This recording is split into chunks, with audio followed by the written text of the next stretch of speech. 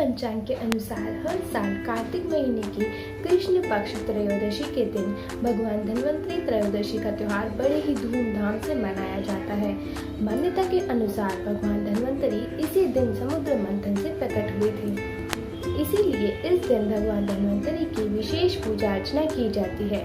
दोस्तों, समुद्र मंथन से भगवान धन्वंतरि के अलावा और भी 14 रत्नों की उत्पत्ति हुई थी। आज हम आपको अपने इस वीडियो में समुद्र मंथन की पूरी कथा और साथ ही साथ उससे निकले 14 रत्नों के बारे में भी बताएंगे और उसमें छुपे लाइफ मैनेजमेंट सूत्रों के बारे में भी आपको बताएंगे। दोस्तों, हमारे धर्म ग्रंथों के अनुसार एक बार महर्षि दुर्वासा ऋषि के श्राप के कारण स्वर्ग और उसमें रहने वाले सारे देवता श्रीहीन हो गए थे, अर्थात ऐश्वर्य, धन, वैभव आदि से हीन हो गए थे। तब स्वर्ग के सारे देवताओं में खलबली मच गई और वह इस समस्या को सुलझाने के लिए भगवान श्री हरि विष्णु जी के पास गए। तब भगवान श्री हरि विष्णु जी ने स्वर्ग के सारे देवताओं को असुरों के साथ मिलकर समुद्र मंथन करने का उपाय बताया और उन्होंने यह भी बताया कि समुद्र मंथन से अमृत निकलेगा, जिसे पीकर तुम सब अमर हो जाओगे। यह बात स्वर्ग के देवताओं ने जाकर असुरों के राजा बलि को बताई, तो असुरों के राजा बलि ने समुद्र मंथन से निकलने वाले अमृत की बात सुनकर वह भी देवताओं के साथ मिलकर समुद्र मंथन करने के लिए तैयार हो गया।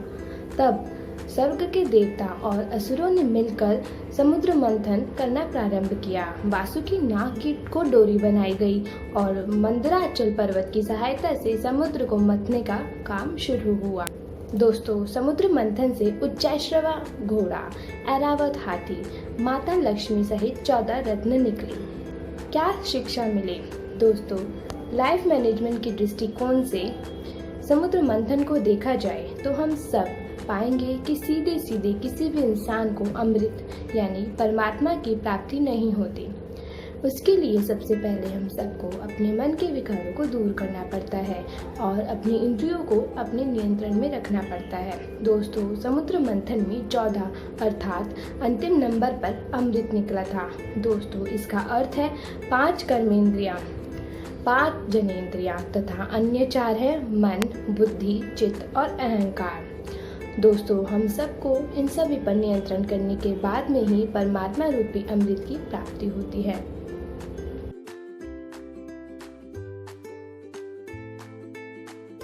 दोस्तों, समुद्र मंथन में से सबसे पहले कालकूट नाम का विष निकला था।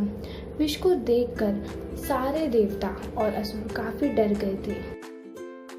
इसका अर्थ है कि अमृत यानी परमात्मा हर इंसान के मन में ही स्थित होते हैं। अगर हम सबको परमात्मा रूपी अमृत की इच्छा है तो सबसे पहले हम सबको अपने मन को मथना पड़ेगा। जब हम सब अपने मन को मथेंगे तो सबसे पहले हमारे अंदर से बुरे विचार अर्थात विषय बाहर निकलेगा। हम सभी को इन सभी बुरे विचारों को अपने परमात्मा को समर्पित कर देना चाहिए और इससे मुक्त हो जाना चाहिए।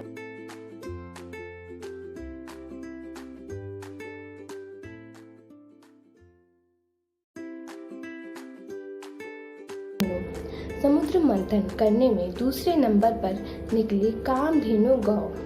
वह अग्निहोत्र यज्ञ की सामग्री उत्पन्न करने वाली गाय थी, इसलिए कामधेनु गाय को ब्रह्मवादी ऋषि मुनियों ने उसे ग्रहण कर लिया। दोस्तों, कामधेनु प्रतीक है मन की निर्मलता का, क्योंकि किसी भी इंसान के अंदर से बुरे विचार निकल जाने पर उसका मन निर्मल हो जाता है। ऐसी स्थिति में उस इंसान को ईश्वर परमात्मा तक पहुंचना और भी आसान हो जाता है।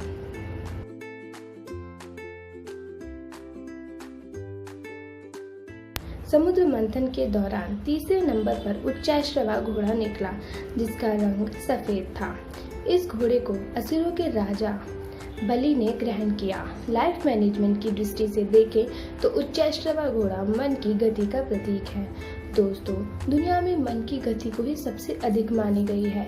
अगर आप अमृत रूपी परमात्मा की प्राप्ति चाहते हैं तो आपको अपने मन की गति पर विराम लगाना होगा, तभी आपको परमात्मा की प्राप्ति संभव हो पाएगी।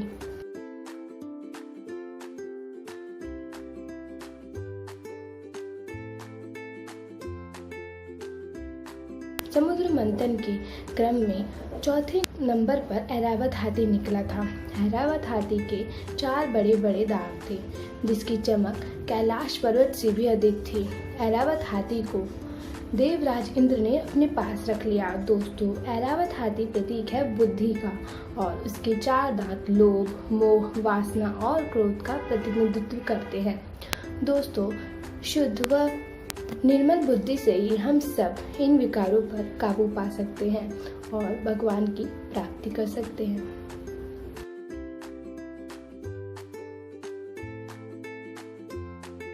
समुद्र मंथन के 5वें क्रम में कौस्तुभ मणि निकला था, जिसे भगवान श्री हरि विष्णु ने अपने हृदय पर धारण कर लिया।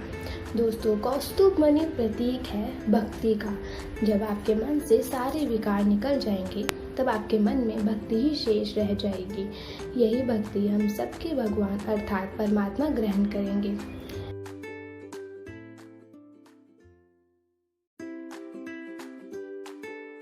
समुद्र मंथन के 6ठे के क्रम में निकला था दोस्तों सारी इच्छाओं को पूरा करने वाला कल्प वृक्ष, जिसे स्वर्ग के देवताओं ने मिलकर स्वर्ग में स्थापित कर दिया। दोस्तों, कल्प वृक्ष प्रतीक है हम सबकी इच्छाओं का। कल्प वृक्ष से जुड़ा लाइफ मैनेजमेंट का सूत्र कहता है, अगर आप अपने जीवन में परमात्मा रूपी अमृत को प्राप्त करना चाहते हैं तो आप अपनी सभी इच्छाओं को त्याग कर लीजिए। अगर मन में इच्छाएं होंगी तो परमात्मा को प्राप्त नहीं कर पाएंगे।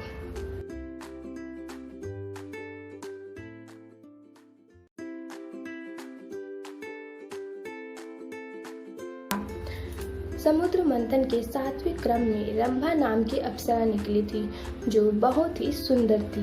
वह सुंदर वस्त्र और आभूषण पहने हुए थी। उसकी चाल मन को लुभाने वाली थी। रंभा अप्सरा को भी देवताओं ने अपने ही पास रख लिया। दोनों अप्सरा प्रतीक है इंसान के मन में छुपी वासना का। जब कभी भी हम सब किसी विशेष काम में लगे होते हैं, तब हम सबके अंदर वासना आकर हम सबका मन विचलित करने का प्रयास करती है।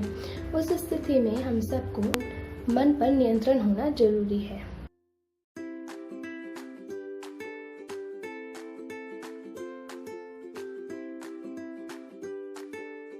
समुद्र मंथन के 8वें स्थान पर निकली थी देवी लक्ष्मी। देवी लक्ष्मी को देखते ही असुर देवता और ऋषि मुनि सभी चाहते थे कि लक्ष्मी उन्हें मिल जाए, लेकिन देवी लक्ष्मी ने भगवान श्री हरि विष्णु को पति रूप में स्वीकार कर लिया। दोस्तों, लाइफ मैनेजमेंट के दृष्टिकोण से देखा जाए तो लक्ष्मी प्रतीक है धन, वैभव, ऐश्वर्य व अन्य सांसारिक सुखों का। जब हम सब परमात्मा रूपी अमृत को प्राप्त करना चाहते हैं तो सांसारिक सुख भी हमें अपनी ओर खींचते हैं, लेकिन हम सबको उस ओर ना ध्यान देकर केवल परमात्मा की भक्ति में ही ध्यान लगाना चाहिए। तभी हम सबको अमृत परमात्मा प्राप्त हो सकते हैं।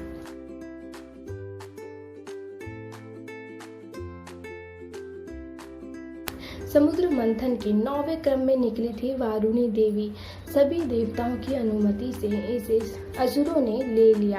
दोस्तों, वारुणी का अर्थ होता है मदिरा यानी नशा। यह भी एक बुराई है। दोस्तों, इंसान में नशा कैसा भी हो, संसार और समाज के लिए वह बुरा ही होता है। अगर हम सबको परमात्मा को पाना है तो हम सबको सबसे पहले नशा छोड़ना होगा, तभी हम सबको परमात्मा की प्राप्ति अर्थात उनसे साक्षात्कार संभव हो सकता है।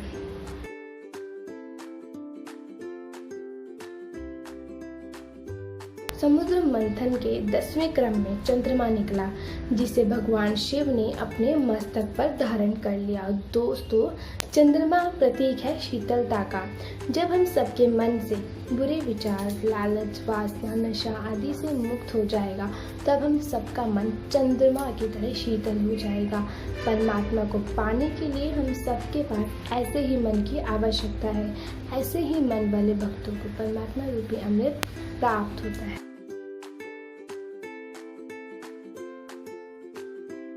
समुद्र मंथन के 11वें क्रम में पारिजात वृक्ष निकला। पारिजात वृक्ष की विशेषता थी कि इसे छूने से ही शरीर की सारी थकान मिट जाती थी।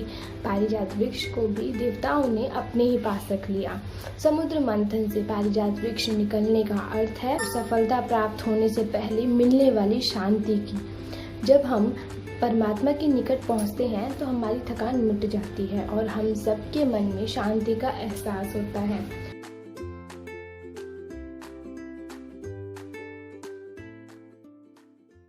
दोस्तों, समुद्र मंथन से 12वें क्रम में पंचजन्य शंख निकला था।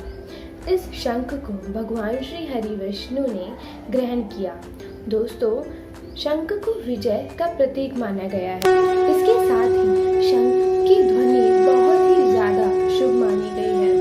हमारे पुराण कहते हैं कि जब हम सब परमात्मा रूपी अमृत से एक कदम की दूरी पर होते हैं तो मन का खालीपन ईश्वरीय नाद भक्ति स्वर से भर जाता है और ऐसी स्थिति में जाकर हम सबको परमात्मा का साक्षात्कार होता है।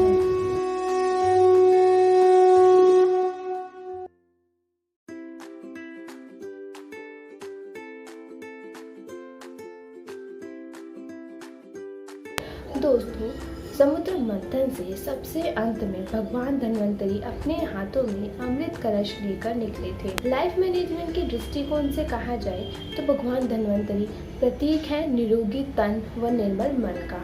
दोस्तों, जब हम सबका तन निरोग और मन निर्मल होगा तभी हम सबको परमात्मा की प्राप्ति होगी। समुद्र मंथन में 14वें नंबर पर अर्थात सबसे अंतिम में अमृत निकला था। इसका अर्थ है कि 5 कर्मेंद्रियां, 5 जनेंद्रियां तथा अन्य 4 हैं मन, बुद्धि, चित्त और अहंकार। अगर हम इन सभी पर नियंत्रण करने में कामयाब रहे तभी हम सबको अपने जीवन में परमात्मा की प्राप्ति हो पाएगी।